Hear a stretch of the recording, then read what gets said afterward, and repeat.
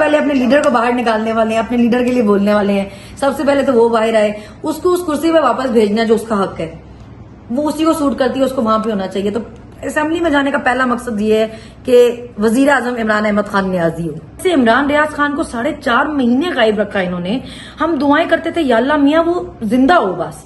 अभी जिसका मुराद है, मुराद को क्यों छुपना पड़ा है? उसका अपना मुल्क है, वो उस पे क्यों शक है कि वो एक मुहिब्बे वतन पाकिस्तानी नहीं है? उसको आप क्यों जबरदस्ती दहशतगर्द साबित करना चाहते हैं? और बहुत अच्छी थी डॉक्टर साहब, क्योंकि डॉक्टर यास्मीन है, उन जैसी औरत मैंने देखी ही नहीं। वो इतनी बहादुर औरत है, मतलब उन्होंने हमें सही हर चीज में गाइड किया। और फिर वही हुआ, जितनी दफा मेरा रीअरेस्ट किया उतनी दफा एक्सपोज हुए, उतनी दफा सामने आए कि देख लो जी ये आपकी रियासत, ये अब माँ जैसी और बाप जैसी रियासत। तो हमें उन्होंने आधी रात में सर्दी बाहर खड़ा कर दिया, रात में 2:30 बजे के करीब, और वो तलाशियां लेने लगे। और वो बाहर से टीम्स आई तलाशी लेने के लिए। कुछ समझ नहीं आ रहा था कि हो क्या रहा है और किस बात की तलाशी है। तो वो बहुत अजीब था हमारे लिए, बड़ी मुश्किल थी वो रात। और बाद में पता चला जी उनको शक था हमने कोई मोबाइल छुपाया हुआ है कहीं से। तो फिर उसके बाद तो और सीखा मैंने जेल से ये कि अगर आपकी फैमिली सपोर्टिव हो ना, आपको पता हो कि आप हक सच के साथ खड़े हैं, तो आपको भागने की जरूरत नहीं है, आपको छुपने की जरूरत नहीं है। आप मुश्किल टाइम भी हो ना, वो गुजर जाता है। वक्त की जो सबसे खूबसूरत बात है ना, वो ये है कि अच्छा हो या बुरा वो गुजर जाता है। तो जेल से हमने यही सीखा कि बस उम्मीद रखनी चाहिए, मुसलमान को कभी उम्मीद नहीं छोड़नी चाहिए। हमें हमेशा जब भी हम कोई डिसाइड होते थे ना, तो हमें डॉक्टर साहब कहती थी कि क्यों तुम्हें क्या अल्लाह पे यकीन नहीं रहा? क्या तुम्हें उस पर यकीन नहीं है कि जो अल्लाह है कि वो इंसाफ करेगा और सही वक्त आएगा? तो हम कहते थे नहीं। वो कहती थी क्या तुम्हें किसी ने बताया नहीं कि मैं मायूसी कुफर है? तो तुम लोग कैसे मायूस हो जाती हो कि अल्लाह पे भरोसा नहीं रहा? तो जेल में हमने ये सीखा कि मुश्किल वक्त गुजर जाता है, अल्लाह मदद करने वाला होता है, और वो इंसाफ जरूर करता है, चाहे देर से करे, लेकिन होता जरूर है ना। मेरा पॉलीग्राफिक टेस्ट हुआ है 2 बार ना, तो 2 बार उन्होंने जब हमारा हुआ तो उसने मुझसे एक सवाल पूछा इसमें कि अगर आपको किसी पैसों के बदले, मतलब अगर आपको वो कहें कि जितने पैसों के बदले आप छोड़ दें ना, ये आप नुकसान भर दें तो हम छोड़ देंगे। तो मैंने उनको कहा मैं इनको 1 रुपया ना दूं, मैं क्यों दूं इनको 1 रुपया, जब मैंने कुछ किया ही नहीं, मैं क्यों दूं? उसी तरह इन लोगों का मैं 1 रुपया ना लूं, अपने बच्चों को हराम खिलाऊंगी तो वो कल को सही कैसे निकलेंगे ना? तो मैं जैसा भी खिला सकूं अपने बच्चों को जायज खिलाऊंगी। किसी के पैसों में मुझे बिल्कुल कोई इंटरेस्ट नहीं है। अल्लाह, मेरी अम्मी कहती होती है हमेशा अल्लाह से दुआ करनी चाहिए कि वो हमेशा देने वालों में रखे, मांगने वालों में नहीं। तो मुझे किसी के पैसे की कोई जरूरत नहीं है। उनके, मेरे बच्चों का जो बाप है उसको अल्लाह सलामत रखे उनके सर पे। तो खान के साथ जो हम हैं ना, वो अपनी वजह से हैं, अपने लिए हैं, अपने बच्चों के लिए, अपने मुस्तकबिल के लिए हैं। तो किसी पैसे की लालच में तो कोई ये चीज हमसे नहीं छीन सकती ना। पैसा कितनी देर चला लेंगे हम? इस मुल्क का ठीक होना जरूरी है, बड़ी देर से खराब है, अब इसको ठीक हो जाना चाहिए। पहले अपने लीडर को बाहर निकालने वाले हैं, अपने लीडर के लिए बोलने वाले हैं। सबसे पहले तो वो बाहर आए, उसको उस कुर्सी पे वापस भेजना जो उसका हक है, वो उसी को सूट करती है, उसको वहां पे होना चाहिए। तो असेंबली में जाने का पहला मकसद ये है कि वजीर आजम इमरान अहमद खान नियाजी हो। पहला तो ये कि वो लिपस्टिक मैंने पहली दफा गुजरांवाला में लगाई थी, और वहां पे भी सारी खवातीन मेरे पीछे पड़ गई थी कि इसका नंबर बता दो। तो मुझे नहीं पता था कि मर्द हज़रात को भी उसके कलर में होगी इंटरेस्ट होगा कोई। मैक की है कलर, मुझे नहीं पता। मैं KPK नहीं गई थी, मैं अटक गई थी। ईमान ताहिर साहबा ने अटक अपने घर बुलाया था, उन्होंने अपने हल्के के लोगों से मिलवाना था, तो मैं वहां गई थी। और दूसरा, आपने मेरे से पूछा कि हम क्या करने वाले हैं।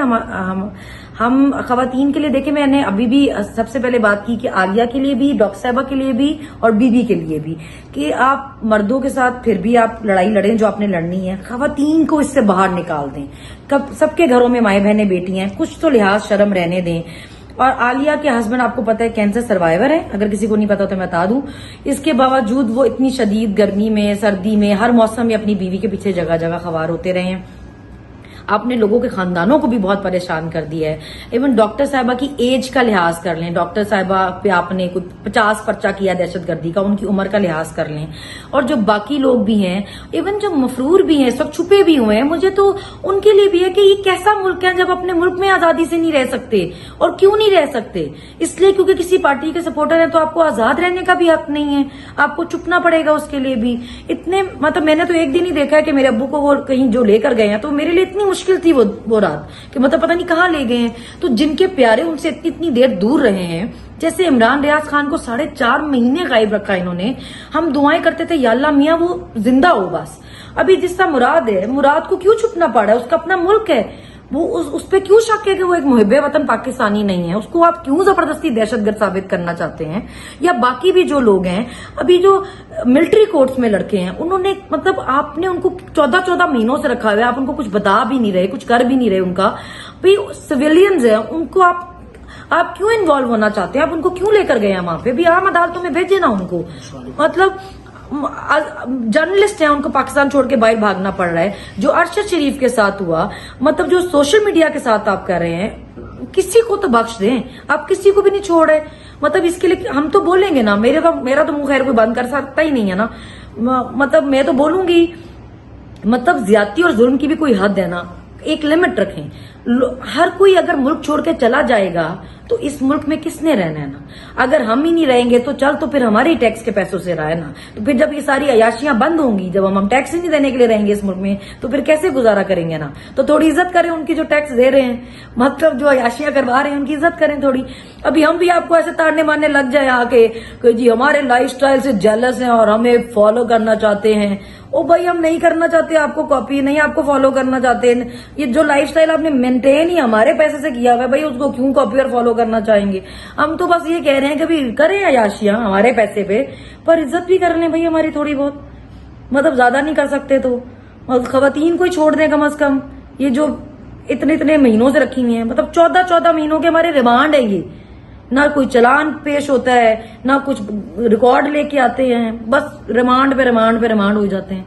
मतलब किसी को तो बोलना पड़ेगा। हम बोल रहे हैं, बोलते रहेंगे इंशाल्लाह। मैं तो बोलती रहूंगी, मैं तो कहीं नहीं जा रही भाई, इसी मुल्क में हूँ, चारों सुबह के लिए बोलती रहूंगी इंशाल्लाह ताला। देखेंगे, आप देखेंगे सब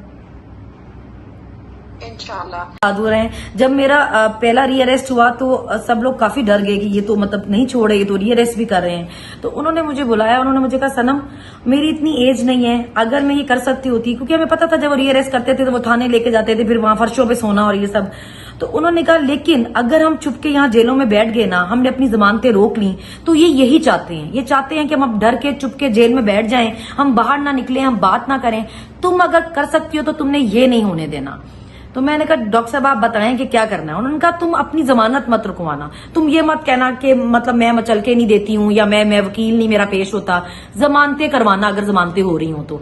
फिर मैंने उसके बाद अपने अब्बू को कहा अब्बू आपने नहीं घबराना, आप जमानत करवाएं, दोबारा गिरफ्तारी होगी ना कोई बात नहीं, हम देखेंगे। जितनी दफा गिरफ्तारी होगी ना, डॉक्टर साहब मैंने कहा जितनी दफा तुम्हें गिरफ्तार करेंगे ना, उतनी बार एक्सपोज होंगे, उतनी बार लोगों के सामने आएगा कि किस तरह पीटीआई को तोड़ने के लिए, उसके लीडर को तोड़ने के लिए इन्होंने औरतों को टारगेट किया, किस तरह उनको जेलों में रखने के लिए इन्होंने फेक केसेस बनाए, इतने लेम एलिगेशन लगाए हम पे। अब सोचिए हम पे चोरी, डकैतियां, दहशतगर्दी और मतनी कत्ल सब कुछ है। मतलब मैंने तो कमर मशानी से असला भी चोरी किया खैर से, और इनके मुताबिक कमर मशानी मियां वाली का भी कोई बॉर्डर के साथ लगता एरिया है जहां पे सराइकी बोली जाती है, मगर वो सराइकी बोलने वाले मेरे उर्दू का कोई इंटरव्यू देके इंस्टिगेट हो गए और थाने जाकर उन्होंने असला चोरी कर लिया और वो मैं भी असला लेके भाग गई। पता नहीं मतलब ऐसे ऐसे तो एलिगेशन है हम पे। तो आप सोचे हम एक दफा हम थाने में बैठे हुए थे तो उन्होंने आके पूछा कि हम 4 औरतें थी, तो उन्होंने पूछा आप भी पीटीआई, आप भी पीटीआई, आप भी पीटीआई, और एक और खातून हमारे साथ बैठी थी, उनको कहने लगे आप भी पीटीआई। तो वो आगे से ऐसे दोनों हाथ खड़े करके कहती नहीं नहीं नहीं नहीं मैं पीटीआई नहीं, मैं तो 302 में आई हूँ। तो हम इतना हंसे, हमने कहा कि मतलब पीटीआई में होना इतना ही बड़ा कोई गुनाह है कि वो 302 छोटा समझ रही है। मतलब वो जो कत्ल करके आई है उसको लग रहा है कि मेरा ये छोटा गुनाह है, मैं बच सकती हूँ, इन्होंने नहीं बचना। तो मतलब हमने तो ऐसा टाइम देखा, हम इतने ढीठ हम फिर भी नहीं डरे। तो हम मतलब क्योंकि वही फिर कहूँ हमारी मेंटोर बहुत अच्छी थी डॉक्टर साहब, क्योंकि डॉक्टर यास्मीन है, उन जैसी औरत मैंने देखी ही नहीं। वो इतनी बहादुर औरत है, मतलब उन्होंने हमें सही हर चीज में गाइड किया। और फिर वही हुआ, जितनी दफा मेरा रीअरेस्ट किया उतनी दफा एक्सपोज हुए, उतनी दफा सामने आए कि देख लो जी ये आपकी रियासत, ये अब माँ जैसी और बाप जैसी रियासत। लोगों को ये स्टोरी पता भी नहीं है, मतलब ये फिर से तैयार बैठे थे मुझको अरेस्ट करने के लिए।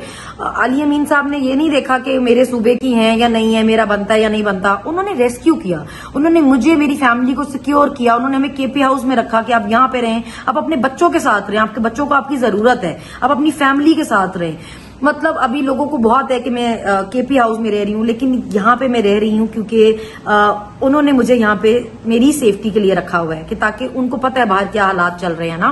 तो मतलब केपी वालों ने, आप सोचें ये रात 2:30 बजे तक जब मैं यहाँ पे थी और मुझे सुबह कोर्ट जाना था, तो ज्यादा चांसेस यही थे कि मुझे फिर से बाहर उठाएंगे ये ना। تو آپ، میں خیر اب نام تو نہیں لیتی، لیکن MNA اور MPA بھی یہاں بیٹھے یہ پلاننگ کر رہے تھے کہ اگر یہ دوبارہ اس طرح انہوں نے کوئی کوشش کی ابڈکٹ کرنے کی یا غائب کرنے کی تو ہم نے کس طرح اس کو ریسکیو کرنا ہے، ہم نے کس طرح اس کو وہاں سے نکالنا ہے، اور ہم نے کس طرح KP ہاؤس پہنچانا ہے. میرے لیے بہت عزت کی بات ہے کہ علی امین صاحب نے مجھے یہاں پہ اپنے صوبے کی مہمان بنا کے رکھا ہوا ہے. یہاں پہ انہوں نے مجھے کہا کہ آپ میری بیٹی ہیں، آپ میری بہن ہیں، آپ اس کو اپنا گھر سمجھے، جب تک آپ مکمل محفوظ نہیں ہیں آپ یہاں پہ رہیں.